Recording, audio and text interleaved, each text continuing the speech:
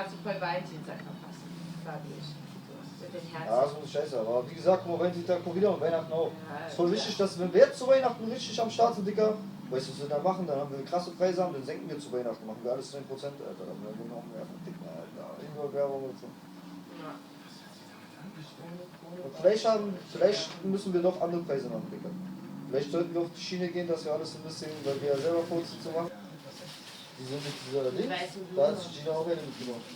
Die waren 90 Cent oder so, die waren überall billig. Davon hat sich eine mitgenommen? Ja. Kann aber nicht sein. Ich habe eine mitgenommen. Das war auch mehr, oder?